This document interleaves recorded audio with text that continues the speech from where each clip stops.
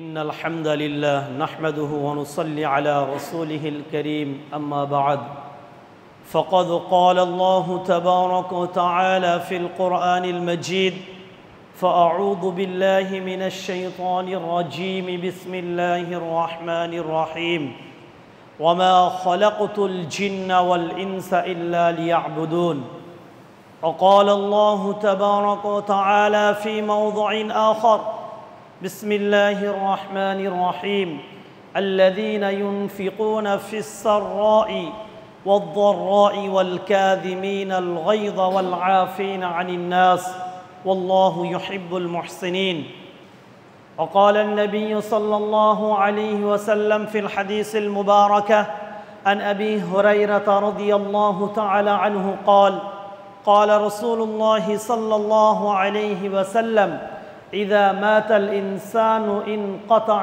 عنه عمله إلا من ثلاثة أو صدقة جارية أو ولد صالح يدعو له أو علم ينتفع به أو كما قال عليه الصلاة والتسليم সমস্ত প্রশংসা সেই মহান রব্বুল আলামিনের জন্য যিনি আমাদের সকলকে সমস্ত কাজ থেকে বিরত রেখে জুম্মার দিনে সকলকে একত্রিত হওয়ার তৌফিক দান করেছেন। আমরা সকলে বলে আলহামদুলিল্লাহ। অতঃপর শতকোটি দরুদ অবতীর্ণ হোক আমার আপনার নবী দো জাহানের বাদশাহ সরওয়ারে কায়নাত সাল্লাল্লাহু আলাইহি ওয়াসাল্লামের উপরে আমরা সকলে বলি আল্লাহুম্মা সাল্লি আলাই আল্লাহুম্মা বারিক আলাই। আমরা যারা পিছে বসে আছি একটু আগে চলে আসি, সামনে জায়গা খালি রাখবো না। এটা আমরা হয়তো অনেক জুম্মায় শুনেছি যে সামান্য জুম্মার দিনে 20 মিনিট 25 মিনিট খুতবা শুনতে হয়, সামনে জায়গা খালি রাখবেন না। পিছন থেকে যারা আসছে তাদের যেন ঘাড় ডিঙ্গিয়ে এই সাইডে না আসতে হয়। এই জন্য অনুগ্রহ করে একটু সামনের দিকে চলে আসুন। সামনে চলে আসুন, যত সামনের কাতারে আসবেন তত স্বভাব বেশি, পিছনের কাতারে যত যাবেন তত স্বভাব কম। এই জন্য আমি সবার কাছে অনুগ্রহ করে বলছি আপনারা একটু সামনের দিকে চলে আসুন। আল্লাহ তাবারক তাআলা পবিত্র কালামুল্লাহ শরীফে 27 নম্বর পারার ভিতরে বলছেন ওমা খলাকতুল জিন্না ওয়াল ইনসা ইল্লা লিয়াবুদুন। আমি দুনিয়ায় যত মখলুকাত সৃষ্টি করেছি তার ভিতরে কেবলমাত্র জিন এবং ইনসানকে আমি সৃষ্টি করেছি, এ দুটোকে আমি চুজ করে নিয়েছি আমার ইবাদতের জন্য। সেই ইবাদতটা কেমনভাবে করবে, কি পদ্ধতিতে করবে, সেই জন্য আল্লাহ তাবারক তাআলা যুগে যুগে আমাদের কাছে রসুল পাঠিয়েছেন। হযরত আদম আলাইহিসসালাতু ওয়াসসালামকে পাঠিয়েছেন, হযরত হুদ আলাইহিস সালাম, হযরত শীশ আলাইহিস সালাম, হযরত ইব্রাহিম আলাইহিস সালাম, সকলেই এসেছেন। সকলের মিশন একই ছিল, কি আল্লাহ তাবারক তাআলা হযরত আদম আলাইহিসসালাতু ওয়াসসালামকে পাঠিয়েছিলেন কি লা ইলাহা ইল্লাল্লাহ আদামুস সফিহুল্লাহ। হযরত ইব্রাহিম আলাইহিসসালাতু ওয়াসসালামকে পাঠিয়েছেন লা ইলাহা ইল্লাল্লাহ ইব্রাহিম খলিলুল্লাহ। আল্লাহ তাবারক মুসা আলাইহিসসালাতু ওয়াসসালামকে পাঠিয়েছেন লা ইলাহা ইল্লাল্লাহ মুসা কালিমুল্লাহ। হযরত ঈসা আলাইহিসসালাতু ওয়াসসালামকে পাঠিয়েছেন লা ইলাহা ইল্লাল্লাহ ঈসা রূহুল্লাহ। আমাদের নবী হযরত মুহাম্মদ মুস্তাফা সাল্লাল্লাহু আলাইহি ওয়াসাল্লামকে পাঠিয়েছেন লা ইলাহা ইল্লাল্লাহ মুহাম্মাদুর রাসূলুল্লাহ। এখানে একটা জিনিস খেয়াল করুন, সব জায়গায় শুরুতে আল্লাহর একটাই মিশন, কি লা ইলাহা ইল্লাল্লাহ, আল্লাহকে ইবাদত করো। এবং সেই যুগে যে জামানায় যে নবী এসছে সেই নবীর ওপরে ঈমান নিয়ে আসো এবং সেই নবী যেভাবে তোমাদেরকে গাইড করে সেইভাবে মেনে চলো। এবং আল্লাহ তাবারক তাআলা কোরআনে বলেছেন ওয়ালাকাদ বাআসনা ফি কুল্লি উম্মাতির রাসূলা আন ইবুদুল্লাহ। আমি যুগে যুগে রাসূল পাঠিয়েছি কিসের জন্য? আন ইবুদুল্লাহ, তারা আল্লাহর ইবাদত করবে। ওয়ালাকাদ আতাইনা মুসাল কিতাবা, আমি হযরত মুসা আলাইহিসসালাতু ওয়াসসালামকে কিতাব দিয়েছি। ওয়া জাআলনাহু হুদাল লিবানি ইসরাঈল, এবং বনি ইসরাঈলদেরকে হিদায়াত দিয়ে পাঠিয়েছি। ওয়া ইলা মাদিয়ানা আখাহুম শুআইবা, হযরত শুআইব আলাইহিসসালাতু ওয়াসসালামকে মাদিয়ান কওমের দিকে পাঠিয়েছি। ওয়া ইলা আদিন আখাহুম হুদা, হযরত হুদ আলাইহিসসালাতু ওয়াসসালামকে পাঠিয়েছেন। এমনভাবে আল্লাহ তাবারক তাআলা যুগে যুগে রসুলকে পাঠিয়েছেন কিসের জন্য? একমাত্র আল্লাহর ইবাদত করার জন্য। ঠিক তদ্রূপ আমাদের নবী হযরত মুহাম্মদ মুস্তাফা সাল্লাল্লাহু আলাইহি ওয়াসাল্লামকে পাঠিয়েছেন কিসের জন্য? আল্লাহ তাবারক তাআলার ইবাদতের জন্য। কে মানুষ দুনিয়ায় আসবে তারা সমস্ত কাজ কাম সব কিছুই করবে, তারপরেও তাদের একটা কাজ আছে, একটা দায়িত্ব আছে, কি তারা যে রব পাঠিয়েছেন সে রবের তারা ইবাদত করবে। আমরা অনেকেই দেখি কি আমরা আমাদের শরীরের দিকে যদি আমরা একটু চিন্তা ভাবনা করি, মনে করেন আমাদের যে অক্সিজেন, যদি কারোর শ্বাসের কষ্ট হয় তাহলে তাকে যখন হাসপাতালে নিয়ে যেতে হয়, তাকে গ্যাস দেওয়া হয়, অক্সিজেন দেওয়া হয়, ঘন্টায় ১,৫০০-২,০০০ টাকা করে খরচা হয়। সেটা আমরা আল্লাহ তাবারক ওয়া তাআলা আমাদের ফ্রিতে দিয়ে দিয়েছেন, কোনো অসুবিধা নেই। আল্লাহ তাবারক ওয়া তাআলা আমাদের কামাইয়ের জন্য দিন দিয়েছে।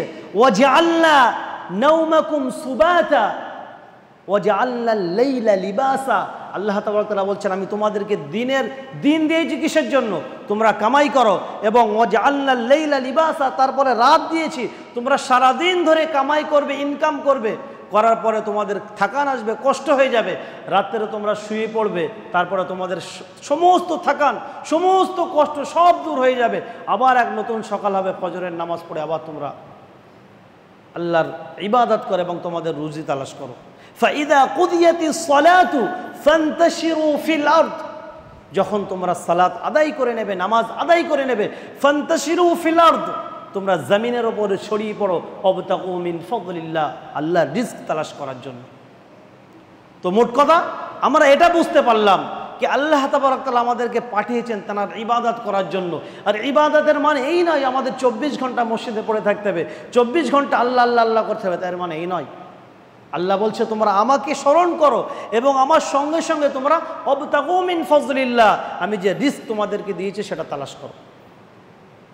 এবং আল্লাহ তাবারক ওয়া তাআলা বলছেন, আল্লাযীনা ইউনফিকুনা ফিস সাররাই ওয়াদ-দাররাই ওয়াল কাযিমিনাল গায়য ওয়াল আফিনা আনিন নাস। আল্লাহ তাবারক ওয়া তাআলা আমাদেরকে যে দুনিয়ায় পাঠিয়েছেন, দেখবেন আমাদের ভেতরে অনেকে আছে খুব মালদার, অনেকে আছে খুব গরিব। এমনটা কেন পাঠিয়েছেন?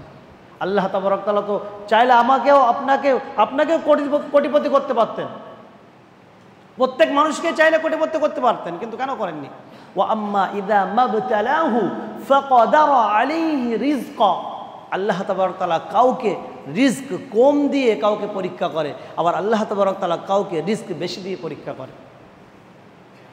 পরীক্ষা করার অনেক লেভেল আছে, অনেক পদ্ধতি আছে। আল্লাহ তাবারক ওয়া তাআলা আমাদেরকে এইভাবে একের পর এক পরীক্ষা নিয়ে যাচ্ছেন। আমরা যারা অনেক মালদার, তারা আমরা এটা মনে করবো নাকি আল্লাহ আমাদের উপরে খুবই খুশি আছে বলে আমাদেরকে দিচ্ছে, এবং আমরা যারা গরিব তারা আমরা এটা মনে করবো না কি আল্লাহ তাআলা মনে হয় আমাদের উপরে সন্তুষ্ট নয়, এই জন্য আমাদের গরিব করে পাঠিয়েছেন। এমনটা নয়। আল্লাহ তাবারক ওয়া তাআলা যেমনভাবে আপনাকে দিয়েছেন ঠিক তেমনভাবে হিসাব আপনার কাছ থেকে নেবে। আল্লাযীনা ইউনফিকুনা ফিস সাররাই, আল্লাহ তাআলা আমি তোমাকে যা কিছু দিয়েছি রুজির ভিতরে, ইউনফিকুনা ফিস সাররাই ওয়াজ-যাররা, তুমি সেটা আল্লাহর রাস্তায় খরচ করো, সেটা তোমার অভাবের মাধ্যমে হোক কিংবা তোমার সবলের মাধ্যমে হোক। যদি তোমার সংসার খুবই সুন্দর চলছে তাও তুমি আল্লাহর কাছে দান করো, এবং তোমার সংসারে অভাব অনাটন লেগে আছে তাও তুমি দান করো। বল আল্লাযীনা ইউনফিকুনা ফিস সাররাই ওয়াজ-যাররা, যারা দোনো হালাতে আল্লাহর কাছে দান করে, ওয়াল কাযিমিনাল গায়য, এবং নিজের গুসাকে কন্ট্রোল করে, নিজের রাগকে দমন করে, ওয়াল আফিনা আনিন নাস, এবং মানুষদেরকে ক্ষমা করে, আল্লাহু ইউহিব্বুল মুহসিনিন, আল্লাহ তাবারক ওয়া তাআলা তাদেরকে ক্ষমা করে। এবং আল্লাহ রাসূল সাল্লাল্লাহু আলাইহি সাল্লাম হাদিসের ভিতরে বলছেন যে আমরা দুনিয়ায় মানুষ, আমরা এমন হয়ে থাকে, আমরা আমাদের দুনিয়াকে কামাতে যেয়ে আমরা আমাদের আখিরাতকে ভুলে বসি। আমাদের মনে হয় নাকি এরপরে কোনো জিন্দেগি আমাদের জন্য আছে, আমরা মনে করি আমাদের দুনিয়া এটাই, আমাদের পুরুষেরা কামাই করবে, আমাদের বাড়ির মহিলারা রান্না করবে, তাদের সারাদিনের সংসার চালাতে হবে, কীভাবে রোজগার করতে হবে, কীভাবে আমি আমার সংসারকে ডেভেলপ করব, একতলা আছে কীভাবে দুতলা করব, আজ আমি 1 লাখ টাকার মালিক আছি কীভাবে 2 লাখ টাকার মালিক হব, এই চিন্তাধারা আমাদের ভেতরে আছে। এই চিন্তাধারা করতে করতে এমন একটা সময় চলে আসে আমাদের এই দুনিয়া ছেড়ে চলে যেতে। যখন দুনিয়া ছেড়ে চলে যায় তখন আমাদের আর করার কিছুই থাকে না। আল্লাহ রাসূল সাল্লাল্লাহু আলাইহি সাল্লাম বলছেন, তোমাদেরকে এই যে দুনিয়া আমি পাঠিয়েছি এটা দারুল ইমতিহান, একটা ইমতিহান গা, এখানে পরীক্ষা নেওয়া হচ্ছে। সেই পরীক্ষা আপনি যেমন পাস করবেন, আপনার ফলাফল যেমন হবে, ঠিক কাল কিয়ামতের দিনে আপনার হাসর নাসর তেমন ব্যক্তির সঙ্গে হবে। যেমন মনে করেন আমাদের বাচ্চারা, আমাদের সন্তানেরা যখন পরীক্ষা দিতে যায়, পরীক্ষা দেওয়ার পরে যখন তাদের ফল সুন্দর আসে, ফল যখন সুন্দর আসে তারা কি বলে, ফলাফল সুন্দর আসলে একবার নানির কাছে ফোন করে, একবার দাদির কাছে, দাদার কাছে ফোন করে, একবার মামার কাছে ফোন করে, কে মামা, নানা, দাদা, আমার নাম্বার খুবই সুন্দর এসছে, আমি পরীক্ষায় এত এত নম্বর পেয়েছি। আজ জানারা যে সমস্ত বাচ্চারা পড়াশোনায় ভালো না, তারা কি অনলাইন পরীক্ষা হোক, পরীক্ষা নাই হোক, তাদের কাছে পরীক্ষা না হওয়াই ভালো। ঠিক কাল কিয়ামতের দিন এক ধরনের মানুষ উঠবে, ও আম্মা ইদা মাবতা, আল্লাহ তাবারাক তাআলা সূরাতুল 29 নম্বর পারার ভেতরে বলছেন যে কাল কিয়ামতের দিনে কিছু কিছু মানুষ এমন হবে, তাদের যখন ডান হাতে আমলনামা দেওয়া হবে, তখন তারা খুশি খুশিভাবে সমস্ত মানুষের কাছে যাবে, যে বলবে দেখো আমার আমলনামা পড়ো, কত সুন্দর আমার আমলনামা, ইকরা কিতাবাক, আমার আমলনামাটা পড়ো, কত সুন্দর আমলনামা, দেখো আজ আমি দুনিয়া, আমি জানতাম আমার সঙ্গে এমন ব্যবহার করা হবে। ফাআম্মা মান উতিয়া কিতাবাহু বিয়ামিনিহি ফায়াকুলু হাউম ইকরাউ কিতাবিয়া, যখন তারা ডান হাতে আমলনামা পাবে, তারা তখন লোককে বলবে দেখো হাউম ইকরাউ কিতাবিয়া, আমার আমলনামাটা পড়ো, দেখো কত সুন্দর হয়েছে। ইন্নী যানানতু আন্নী মুলাকিন হিসাবিয়া, আমি জানতাম যে দুনিয়ায় আমি যা কিছু করেছি সব কিছু আমার একদিন না একদিন হিসাব হবে। ইন্নী যানানতু আন্নী মুলাকিন হিসাবিয়া ফাহুয়া ফি ঈশাতির রাজিয়া, আল্লাহ তাবারক ওয়া তাআলা যাও, তুমি তোমার মনমানি জিন্দেগি যাপন করো, তুমি দুনিয়ায় থেকে অনেক কষ্ট করেছো। আর যাদের ও আম্মাল ইনসানু, আর যে সমস্ত ব্যক্তিদের বাই হাতে আমলনামা হবে, তারা বলবে ইয়া লাইতাহা কানাতিল কাদিয়া, কাশ যদি আমার আমলনামা না দেওয়া হতো, মা আগনা আন্নি মালিয়া, আর এই মৌতই যদি আমার শেষ ফয়সালা হতো, মা আগনা আন্নি মালিয়া, আমার ধনসম্পদ যা কিছু আমি দুনিয়ায় থাকতে জমা করেছিলাম কোনো কিছুই আমার কাজে আসেনি। হালাকা আন্নি সুলতানিয়া, দুনিয়ায় থাকতে আমার যে রাব দবদবা ছিল, আমি গ্রামের প্রধান ছিলাম, আমি অঞ্চলের প্রধান ছিলাম, গ্রামের মেম্বার ছিলাম, গ্রামের একজন মোড়ল ছিলাম, হালাকা আন্নি সুলতানিয়া, আমার সব কিছু শেষ হয়ে গেছে। আল্লাহ তাআলা বলবেন হুজুহু ফাগুল্লু সুম্মাল জাহিমা সাল্লু, তাদেরকে ধরো এবং তাদেরকে বেড়ি পড়াও, সুম্মা ফি সিলসিলাতিন যারউহা ৭০ যিরাআন ফাসলুকু, তাদেরকে ৭০ গজ এমন লোহার জঞ্জির তাদেরকে পড়া হবে, পড়ে তাদেরকে টানতে টানতে জাহান্নামের দিকে নিয়ে যাওয়া। কিন্তু আফসোস, সদ আফসোস, এগুলো যখন আমরা খুতবায় শুনি, বায়ানাতে শুনি, সামান্য কিছুক্ষণের জন্য হয়তো আমাদের মনটা নরম হয়ে যায়, কিন্তু তারপর আমরা সেই দুনিয়া নিয়ে ব্যস্ত থাকি। আমাদের সব কিছুই চিন্তা ভাবনা যা কিছু সব আমরা দুনিয়ায় নিয়ে পড়ে আছি।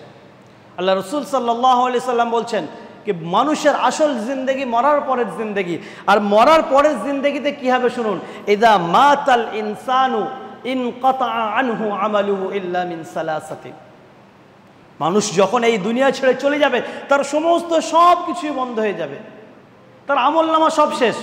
ইল্লা মিন সালাসাতিন, তার 3টে আমলনামা জারি থাকবে।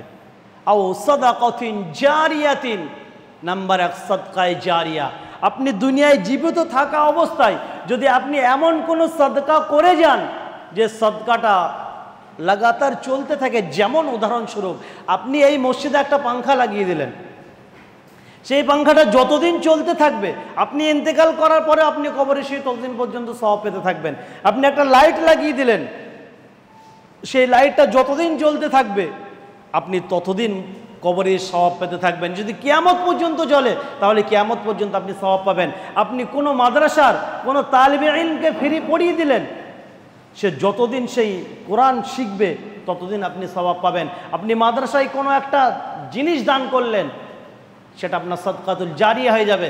আপনি গ্রামের কোনায় কোনো এক কল বসিয়ে দিলেন মানুষকে পানি খাওয়ানোর জন্য, সেই কলটা যতদিন থাকবে আপনি মারা গেলেও আপনি কবরে শুয়ে শুয়ে সওয়াব পেতে থাকবেন। আল্লাহ রসুল সাল্লাল্লাহু আলাইহি সাল্লাম বলছেন মানুষের কিছুই নেই, 3টে জিনিস মানুষের আছে। মা আবলাহু, যে জিনিসটা যে পড়েছে, পড়ার পরে পুরাতন করে নিয়েছে সেই জিনিসটা তার, এবং যে জিনিসটা সে খেয়ে নিয়েছে, আপনি দুনিয়ায় থাকা অবস্থায় যেটা খেয়েছেন সেটা আপনার, এবং যেটা আপনি আগে পাঠিয়ে দিয়েছেন তার মানে যেটা আপনি সাদকা করেছেন, দান করেছেন, আল্লাহর রাস্তায় খরচ করেছেন, ফকির মিসকিনদেরকে দিয়েছেন, সেটাই আপনার জন্য থেকে যাবে। সেই ছোট্ট একটা উদাহরণ দিয়ে আপনাদেরকে বলছি। এক বাদশা ছিল, সেই বাদশার একটা উজির ছিল আর একটা মন্ত্রী ছিল। তো সবসময় মন্ত্রীর যে পদ সেটা সবসময় বড় পদ হয়। তো বাদশাহ মন্ত্রীকে ভালো না বাসে উজিরকে খুবই ভালোবাসতেন। বাদশাহ ছিলেন দিনদার। হয়তো এটা একটা গল্প, কিন্তু এর ভেতরে একটা শিক্ষণীয় ঘটনা আছে। তো মন্ত্রী খুব রেগে গেলেন মন্ত্রী মশাই কে, বাদশাহ আমাকে বেশি ভালোবাসবে, আমি উচ্চ পর্যায়ের লোক, আমাকে ভালো না বেসে বাদশাহ ওজিরকে কেন এত ভালোবাসে। তো এই হাসাদের বিষয়টা বাদশাহ জেনে গেছে কি এদের দুজনের ভিতরে হিংসা চলছে। তো একদিন বাদশাহ ডাকলেন দুইজন ব্যক্তিকে। ডাকার পরে বললেন, আচ্ছা শোনো, তোমরা দুজন যাও এবং 3 দিরহাম নিয়ে যাও। 3 দিরহাম নিয়ে যাও। নিয়ে যাওয়ার পরে তোমাদের কাছে 3 দিন সময় দিলাম, তোমরা এখন কিনে নিয়ে আসবে, তখন কিনে নিয়ে আসবে, আর এখনও না তখনও না 3টে জিনিস কিনে নিয়ে আসবে। একটা এখন কিনে নিয়ে আসবে, একটা তখন কিনে নিয়ে আসবে, আর একটা এমন জিনিস কিনে নিয়ে আসবে যেটা এখনও না তখনও না। তো যিনি উজির ছিলেন তিনি চলে গেলেন 3 দিরহাম নিয়ে এক সাইডে বাজারের দিকে, এবং যিনি মন্ত্রী ছিলেন তিনিও চলে গেলেন 3 দিরহাম নিয়ে বাজারের দিকে। দুজন খুঁজতে লাগলেন, এখন তখন, এখনও না তখনও না। 3 দিন পরে বাদশাহ যখন দুইজনকে ডাকলো, ওজির এবং মন্ত্রীকে, ডাকার পরে মন্ত্রীকে সর্বপ্রথম বলল, মন্ত্রী তুমি কি কিনে নিয়ে এসেছো আমি যে জিনিসগুলো তোমাকে কিনতে দিয়েছিলাম? তো মন্ত্রী বলল, রাজামশাই আমি তো সেই জিনিসগুলো খুঁজে পাইনি, আমি কিভাবে নিয়ে আসব? তারপর বলো, আচ্ছা তুমি খুঁজেই পাওনি 3 দিন ধরে? বলেন আমি 3 দিন ধরে খুঁজে পাইনি। তারপর ওজিরকে বলছে, রাজামশাই ওজির তুমি নিয়ে এসেছো? বলে, হ্যাঁ রাজামশাই আমি 3টে জিনিসই কিনে নিয়ে এসেছি। বলছে, কেমন করে কই দাও আমাকে। বললো, আপনি যেদিন আমাকে 3 দিরহাম দিলেন, আমি রাস্তা দিয়ে বাজারের দিকে যাচ্ছিলাম, তখন দেখলাম একজন ভিখারি, সে ক্ষুধার তাড়নায় সেখানে আমার কাছে কাকুতি মিনতি করছিল কি আমাকে একটা দিরহাম দান কর, আমি অনেক দিন ধরে কিছু খেতে পাইনি, যদি আমাকে কিছু দান কর আমি খেতে পারবো, এই গরিবের দোয়া তোমার লাগবে। তো আমি সেই মিসকিনকে, সেই ফকিরকে একটা দিরহাম দিয়ে দিলাম। এটা আমি তখন কিনে নিলাম। এবং তারপর আমি আরও কিছু দূর গেলাম, যাওয়ার পর আমার খুব খিদা লাগে। খিদার তাড়নায় আমি কি করলাম, বাজারে গরম গরম জিলিপি বিক্রি হচ্ছিল, আমি 1 দিরহামের জিলিপি খেয়ে নিলাম। এটা আমি এখন কিনলাম। এবং তারপরে আরও কিছু দূর যে দেখলাম সেখানে একটা সার্কাস খেলা হচ্ছে, সেখানে আমি 1 দিরহাম দিয়ে সার্কাস খেলা দেখলাম। তো সেটা আমার এখনও না তখনও না। জিনিসটা বুঝবেন যে 1 দিরহাম ফকিরকে দিয়েছিল মানে কি, সেটা আল্লাহর রাস্তায় দিয়েছিল, সেটা তখনের জন্য জমা হয়ে গেল কাল কিয়ামতের দিনের জন্য। আর যেটা সে খেয়ে নিয়েছিল, সে এখন তার প্রয়োজন ছিল সেই জন্য সে খেয়ে নিয়েছিল। আর যে 1 দিরহাম সে সার্কাস খেলা দেখেছে, তার এই দুনিয়ায় কোনো কাজ আসলো না, আখেরাতেও কোনো কাজ আসবে না। এই জন্য আমাদের জীবনের আমরা যা কিছু সঞ্চয় করি, সেই সঞ্চয়গুলো আমরা যখন খরচ করব একটু ভেবেচিন্তে খরচ করব, এমন জায়গায় খরচ করব যে রাস্তায় খরচ করলে আমাদের দুনিয়া এবং আখেরাত দুটোই আমাদের জন্য যেন ভালো হয়। এই জন্য আল্লাহ রসুল সাল্লাল্লাহু আলাইহি সাল্লাম বলছেন, যখন মানুষ মারা যাবে তাদের সব কিছু বন্ধ হয়ে যাবে, শুধু একমাত্র সাদকাতুল জারিয়া তাদের জন্য খোলা থাকবে। আর দ্বিতীয়, আওয়ালাদিন সালিহিন ইয়াদউ লা, আপনি এমন একজন সন্তানকে দুনিয়ায় রেখে গেলেন যে নেক সন্তান, সেই সন্তান আপনার জন্য যদি কিছু করে সেটা আপনি পাবেন। আপনি মারা গেলেন, মারা যাওয়ার পরে আপনি একজন এলাকা বিখ্যাত সব থেকে বড় আলেমকে ধরে নিয়ে আসলেন, কি আমার আব্বাজির জন্য একটু দোয়া করে দেন যেন আমার আব্বাজি জান্নাতে যেতে পারে। কোনো গ্যারান্টি নেই কবুল হবে কি, কোনো হাদিস নেই, কোনো গ্যারান্টি নেই। কিন্তু আপনার সন্তান আপনার মারা যাওয়ার পরে আপনার কবরে যে যদি সূরাতুল ফাতিহাটা তেলাওয়াত করে, আর যদি 2টো হাত আল্লাহর কাছে ধরে, আল্লাহ আমার আব্বাজান কোরআন থেকে আমাকে সিরিফ এই সূরাতুল ফাতিহাটাই শিখিয়ে গিয়েছিলেন, এবং আপনি যদি সেই শুদ্ধভাবে পড়ে আপনার ছেলে আপনার জন্য দোয়া করে, ওই সূরা ফাতিহা পড়ার জন্য আপনার মাগফিরাতের জরিয়া হয়, যেমন সুবহানাল্লাহ। তাহলে আপনার নেক সন্তান যদি আপনার জন্য কিছু করে যায়, আপনি নেক সন্তানকে রেখে যান, সেই নেক সন্তান যদি আপনার জন্য কিছু করে তাহলে আপনি পাবেন। এবং 3 নম্বর, ইলমিন ইয়ানতাফিউ বি, আপনি কোনো ইলম শিক্ষায় শিক্ষিত হলেন, সেটা মানুষকে শিখিয়ে দিলেন। উদাহরণস্বরূপ আপনি কোরআন শিখলেন, কোরআন শেখার পরে সেটা আপনি 10 জনকে শিখালেন, সেই 10 জন আবার 10 জনকে শিখালো, তারা আবার কয়েকজনকে শেখালো। যেমন মাদ্রাসার সিলসিলা, মনে করেন একটা হিফজখানায় 15টা বাচ্চা থাকে, একটা হাফেজ সাহেব পড়ায়। তো যখন সেই 15টা বাচ্চাকে হিফজ পড়াচ্ছে, তার ভেতরে আমার 10টা বাচ্চা হাফেজ হয়ে গেল, তারা আবার 10টা মাদ্রাসায় চলে গেল। যাবার পরে তারা আবার 10টা মাদ্রাসায় এক একজনের কাছে 15টা করে ছাত্র হলো। এমনভাবে তারা যত পড়াতে থাকবে, সেই হাফেজ, যার কাছ থেকে হাফেজ হয়েছিল, তিনি ইন্তেকাল করার পরেও কবরে থেকে থেকে শুয়ে শুয়ে সেই সিলসিলা যতদিন জারি থাকবে ততদিন সে সওয়াব পেতে থাকবে। আপনি মনে করেন কাউকে কোরআন শেখালেন, সে যদি কাউকে শেখায়, সে যদি কাউকে শেখায়, সে যদি কাউকে শেখায়, এই সিলসিলা যতদিন জারি থাকবে ততদিন সে পড়বে আলিফ লাম মিম, তারও 3টে হারফে 10টা নেকি হবে। আপনি কবরে শুয়ে শুয়ে আপনিও 3টে হারফে 10টা নেকি পাবেন। এই জন্যেই আপনাদের সন্তানদেরকে দ্বীনি শিক্ষা দিন, কোরআনের শিক্ষা দিন, নেক সন্তান করে গড়ে তুলুন।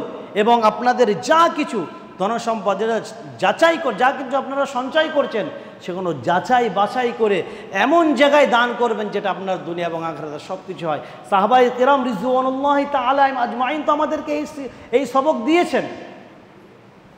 কোরআনের আয়াত অবতীর্ণ হলো, 4 পারার সর্বপ্রথম লাইন, লান তানালুল বিররা হাত্তা তুনফিকু মিম্মা তুহিব্বুন, কে তোমরা অতক্ষণ পর্যন্ত মুমিন হতে পারবে না যতক্ষণ পর্যন্ত তোমরা তোমাদের প্রিয় বস্তুকে আল্লাহর রাস্তায় দান না করবে। লান তানালুল বিররা, তোমরা নেকিতে অতক্ষণ পর্যন্ত উচ্চ পর্যায়ে পৌঁছতে পারবে না, হাত্তা, যতক্ষণ পর্যন্ত তুনফিকু মিম্মা তুহিব্বুন, তোমরা আল্লাহর রাস্তায় খরচ করবে ওই জিনিসটা যেটা তোমাদের সবথেকে পছন্দনীয়। আপনি রমজান মাসে বাজারে গেলেন, বাজার থেকে যে আপনি একটা তরমুজ কিনলেন, খুবই সুন্দর লাল টকটকে তরমুজ, আপনাকে দেখে পছন্দ হলো, আপনি আসলেন, সেই জিনিসটাকে একজনকে দিয়ে দিলেন, দান করে দিলেন, আপনার পছন্দনীয় জিনিসটা আপনি দান করলেন। আপনার পকেটে 2টো নোট আছে 10 টাকার, একটা ছেঁড়া আর একটা ছেঁড়া ফাটা আর একটা কড়কড়ি নোট। আপনি যখন দান করছেন কোনটা দিচ্ছেন? ছেঁড়া ফাটাটা মসজিদে দিয়ে দিচ্ছেন, আর কড়কড়িটা আপনার পকেটে আছে। তাহলে আপনি আপনার পছন্দনীয় জিনিসটা আপনি দান করলেন না। আপনি বেগুন তুললেন, পটল তুললেন, গোপালপুর মাদ্রাসা থেকে আপনার কাছে আসলো, ঘোড়ারস মাদ্রাসা থেকে আপনার কাছে আসলো, আন্দোলপাতা মাদ্রাসা থেকে আপনার কাছে আসলো, আপনি কি করলেন? কানা বেগুন, তারপরে যে ছোট ছোট পটল যেগুলো চলে না, সেগুলো আপনি মাদ্রাসা দিয়ে দিলেন। তাহলে আপনি আপনার উত্তম জিনিসটা মাদ্রাসায় দিলেন না, আপনার যেটা পছন্দ নয়, যেটা চলবে না বাজারে, সেটা দিলেন। তাহলে লান তানালুল বিররা হাত্তা তুনফিকু মিম্মা তুহিব্বুন, এর মিজদাক আমরা হতে পারবো? হতে পারবো না। আসুন সাহাবারা কি করেছে শুনুন। যখনই এই আয়াত অবতীর্ণ হলো, আবু তালহা রাদিয়াল্লাহু তাআলা আনহু, উনি মদিনার আনসারী সাহাবাদের ভিতরে একজন মালদার সাহাবা ছিলেন, যিনার অনেকগুলো বাগ ছিল, অনেকগুলো খেজুর বাগান ছিল। তখনকার মানুষ, যানাদের বেশি ঘোড়া থাকতো, যানাদের বেশি উট থাকতো, যানাদের বেশি খেজুর বাগান থাকতো, তানারাই সব থেকে বেশি মালদার হতেন, ধনী ব্যক্তি হতেন। তো সেই ধনী ব্যক্তিদের ভিতরে একজন ব্যক্তি ছিলেন আবু তালহা রাদিয়াল্লাহু তাআলা আনহু, আর ওনার খেজুরের বাগান ছিলেন অনেকগুলো। আর সেই খেজুরের বাগানের ভিতরে একটা খেজুরের বাগান ছিল, তার নাম বাইরুহা, আর খেজুরের বাগানটা ছিল মসজিদের নববীর একদম সামনাসামনি। এমনকি এটাও বলতে পারেন, মদিনার ভিতরে যে সমস্ত খেজুর বাগান ছিল, সব থেকে উত্তম বাগান, সব থেকে ভালো যে খেজুর বাগান, সেটা ছিল বাইরুহা, আর সেটা ছিলেন আবু তালহা রাদিয়াল্লাহু তাআলা আনহু। এবং রাসূলুল্লাহ সাল্লাল্লাহু আলাইহি সাল্লাম কখনো কখনো বা যখন মসজিদ থেকে বার হতেন, উনি সেখানে বসতেন, বসে সেখানকার পানি পান করতেন এবং সেই গাছের খেজুর খেতেন। তো যখনই আবু তালহা রাদিয়াল্লাহু তাআলা আনহু এই ঘটনা শুনলেন, তখনই রাসূলুল্লাহ সাল্লাল্লাহু আলাইহি ওয়াসাল্লামের কাছে দৌড়ে আসলেন, ইয়া রাসূলুল্লাহ, কোরআনের আয়াত অবতীর্ণ হয়ে গেছে, তোমরা অতক্ষণ পর্যন্ত পরিপূর্ণ ইমানদার হতে পারবে না, অতক্ষণ পর্যন্ত আল্লাহর কাছে পছন্দনীয় হতে পারবে না, যতক্ষণ পর্যন্ত তোমাদের পছন্দিদা ব্যক্তি, তোমাদের যেটা সবথেকে উত্তম যে জিনিস তোমার কাছে আছে সেটা আল্লাহর রাস্তায় দান না করবে। ইয়া রাসূলুল্লাহ, বাইরুহা নামী যে বাগানটা আছে এটা আমার কাছে সবথেকে পছন্দনীয়, এই বাগানটা আমি আল্লাহর রাস্তায় দান করে দিলাম। সুবহানাল্লাহ। তো যখনই আবু তালহা রাদিয়াল্লাহু তাআলা এই কথা বলেন, রাসূলুল্লাহ সাল্লাল্লাহু আলাইহি ওয়াসাল্লাম বলেন, মারহাবান মারহাবান বিক মারহাবান বিক। হে আবু তালহা, তুমি আজ এমনই একটা কাজ করলে এটা আল্লাহর কাছে খুবই পছন্দনীয়, এবং তুমি এর বদলে তুমি জান্নাতে একটা জান্নাত কিনে নিলে, এবং তুমি এই যে খেজুর বাগানটা আল্লাহর রাস্তায় অফ করে দিলে, এটা তুমি তোমার রিশতেদার, তোমার চাচাতো ভাই, যে সমস্ত যারা গরিব মানুষ আছে তাদের কাছে তুমি বন্টন করে দাও। এবং এই যে সুন্দর একটা ব্যবসা তুমি আল্লাহর সঙ্গে করলে, এমন ব্যবসা আজ পর্যন্ত কেউ করেনি। তো সেই সাহাবা কিসের জন্য করেছিলেন? তার তো আরও অনেক বাগান ছিল, সেই বাগানের ভেতরে তো যে কোনো একটা বাগান তিনি দিয়ে দিতে পারতেন। তার কাছে সব থেকে যেটা উত্তম ছিল সেটা তিনি দিয়ে দিয়েছিলেন। একবার মনে হাত রেখে বলুন তো আমরা পারবো কিনা? আমরা তো সকলেই আল্লাহর ওলি বলে দাবি করি, আমরা সকলেই মনে করি আমরা নবীর খুব প্রেমিক, আমরা আল্লাহর খুব কাছের লোক, আমরা সহি আকীদার লোক, আমরা পার পেয়ে যাব কাল কিয়ামতের দিনে। একবার হৃদয়ে হাত দিয়ে বলুন তো, আপনার প্রিয় বস্তুটা আপনি কখনো দান করেছেন? কখনো করেছেন? একবার মনে হাত দিয়ে বলুন, তাহলে আমরা কি ইমানদার হতে পেরেছি পরিপূর্ণভাবে? আপনারা বলবেন এই মাওলানারা আসে শুধু দানের কথা বলে, দান নেওয়ার জন্যেই। একটা জিনিস শুনে রাখবেন, এই মাওলানারা মাদ্রাসা থেকে আসছে, দান নিচ্ছে, এটা আপনাদের ভাগ্য ভালো। যদি দান নেওয়া বন্ধ হয়ে যায় তাহলে আপনাদের আখিরাত আপনারা সঠিক পরিপূর্ণভাবে করতে পারবেন। তার কারণ এই যেটা আপনাদের কাছে আসে, আপনাদের কাছে নিয়ে যাচ্ছি, এটা আপনাদের আখিরাতের সুইচ ব্যাংকে জমা হয়ে যাচ্ছে। আখিরাতের যে সুইচ ব্যাংক সেখানে জমা হয়ে যাচ্ছে। কাল কিয়ামতের দিন আপনার সাথ কেউ দেবে না। যে বিবির জন্য, যে বাচ্চার জন্য আপনি রাতকে রাত দিনকে দিন এক করে দিচ্ছেন, নামাজ ছেড়ে দিচ্ছেন, রোজা ছেড়ে দিচ্ছেন, দিয়ে কলকাতায় চলে যাচ্ছেন, দিল্লি চলে যাচ্ছেন, বোম্বে চলে যাচ্ছেন, তারা কাজে আসবে? এই মৌলানার এসে যে 10 টাকা 20 টাকা 50 টাকা 100 টাকা আপনার কাছ থেকে নিয়ে যাচ্ছে, সেটাই কাল আপনার কাজে আসবে। ফাইদা জাআতিস সাখা, যখন কাল কিয়ামতের দিনে সিংহাই ফোক দেওয়া হবে, ইয়াউমা ইয়াফিরুল মারউ মিন আখি, আপনার ভাই আপনার থেকে চলে যাবে, ওয়া উম্মিহি ওয়া আবি, যে মা দুনিয়ায় আপনার জন্য জান দিতে পারে সেই মা আপনার কাছ থেকে চলে যাবে, ওয়া সাহিবাতিহি ওয়া বানি, যে সন্তানের জন্য আপনি রক্ত ঘাম ঝরাচ্ছেন, যে বিবির মুখে হাসি ফোটানোর জন্য আপনি তার হাজার ওয়াদা পুরা করছেন, তার মুখে হাসি ফোটানোর জন্য আপনি নামাজকে কাজা করে দিচ্ছেন, আপনি রোজাকে কাজা করে দিচ্ছেন, আপনি দ্বীনে ইসলামকে ভুলে যাচ্ছেন, ওয়াসাহিবাতিহি ওয়াবানি, সে আপনার থেকে চলে যাবে। লিকুল্লি ইমরিইম মিনহুম ইয়াউমাইদিন শাআনু ইউগনি, সেদিন প্রত্যেক ব্যক্তি নিজের নিজের ফিকির করবে। আপনার ফিকির আপনাকে করতে হবে, আপনার সন্তান করবে না, আপনার বিবি করবে না, আপনার বাপ করবে না, এই দুনিয়ায় থেকে আপনাকে করে যেতে হবে। আমরা তো ইমানদার, আমরা তো এটা বিশ্বাস রাখি, আর এটা আমাদের আকীদার ভিতরে। ওয়াল বাসি বাদাল মাউত, এই দুনিয়া আমাদের শেষ কথা নয়, এরপরে একটা জিন্দেগি আমাদের জন্য আছে, সেটাই হচ্ছে মুমিনের আসল জিন্দেগি। রাসূলুল্লাহ সাল্লাল্লাহু আলাইহি ওয়াসাল্লাম চাটা মোবারকে শুয়ে আছেন, তখন তো আর বিছানা মখমলের গাদ্দা ছিল না, তো খেজুরের পাতা দিয়ে বোনা যে চাটাগুলো আগে আমরা দেখেছি আমাদের দাদিরা বুনতো, তো সেই চাটার উপর যদি খালি গায়ে শোয়া হয় তাহলে গায়ে একটা দাগ পড়ে যায়। তো রাসূলুল্লাহ সাল্লাল্লাহু আলাইহি ওয়াসাল্লাম চাটার উপরে শুয়ে আছেন, হযরত ওমর ফারুক রাদিয়াল্লাহু তাআলা আসলে এসে রাসূলুল্লাহ ইয়া রাসূলুল্লাহ ডাক দেন, আসসালামু আলাইকুম ইয়া রাসূলুল্লাহ। রাসূলুল্লাহ সাল্লাল্লাহু আলাইহি ওয়াসাল্লাম উঠলেন, দেখলেন রসুলের পিঠে সে চাটায়ের পুরো দাগ পড়ে গেছে। ওমর ফারুক রাদিয়াল্লাহু তাআলা অঝর নয়নে কাঁদতে লাগলেন। তো জাহানের বাদশাহ, আল্লাহর সব থেকে প্রিয় বান্দা, হযরত আদম আলাইহিস সালাতু ওয়াস সালাম থেকে নিয়ে শুরু করে কিয়ামত পর্যন্ত ওনার মতো হাস্তি আর নেই, সেই ব্যক্তি চাটার উপর শুয়ে, ইয়া রাসূলুল্লাহ আপনি তো বলতে পারতেন, তার উপর আমরা কোনো একটা বস্তা বিছিয়ে দিতে পারতাম, সামান্য একটু গদি করে দিতে পারতাম।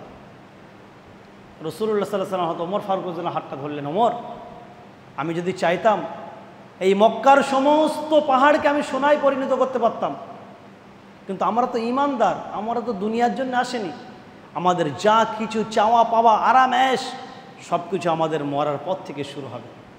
এই জন্য আমরা এটাই শিক্ষা পাই সাহাবাদের কাছ থেকে, আমাদের রসুলের কাছ থেকে, যে রসুল আমাদেরকে শিখিয়েছেন কিভাবে শরিয়াত মানতে হবে। সেই রসুল আমাদেরকে এটাই বলে গেছেন, এই দুনিয়া আমাদের একটা মিছে মায়া, এখান থেকে যখনই আমাদের চোখ বুঝবে তারপরে আমাদের আসল জিন্দেগি শুরু হবে। আর যারা মুমিন তারা সেই আসল জিন্দেগির জন্য এই দুনিয়া থাকতে তারা সেই পরকালের কামাই যারা করে নিয়ে যাবে তারা হচ্ছে আসল মুমিন, আসল চালাক, তারা হচ্ছে আসল বুদ্ধিমান। আল্লাহ তাবারক ওয়া তাআলা আমাদের সকলকে শোনার থেকে বেশি বেশি আমল করার তৌফিক দান করুক। আমরা সকলে বলি আমিন। ওয়া আখিরু দাওয়ানা আলহামদুলিল্লাহি রাব্বিল আলামিন। আল্লাহুম্মা সাল্লি আলা মুহাম্মাদিন ওয়া আলা আলি মুহাম্মাদ কামা সাল্লাইতা আলা ইব্রাহিম ওয়া আলা আলি ইব্রাহিম ইন্নাকা হামিদুম মাজিদ। اللهم بارك على محمد وعلى آل محمد كما باركت على إبراهيم وعلى آل إبراهيم إنك حميد مجيد.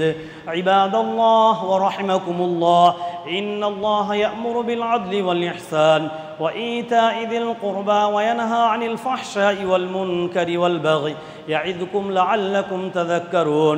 اذكروا الله أذكركم وادعوه يستجب لكم ولذكر الله تعالى أعلى وأولى وعز وجل وأتم وهم وأعظم وأكبر.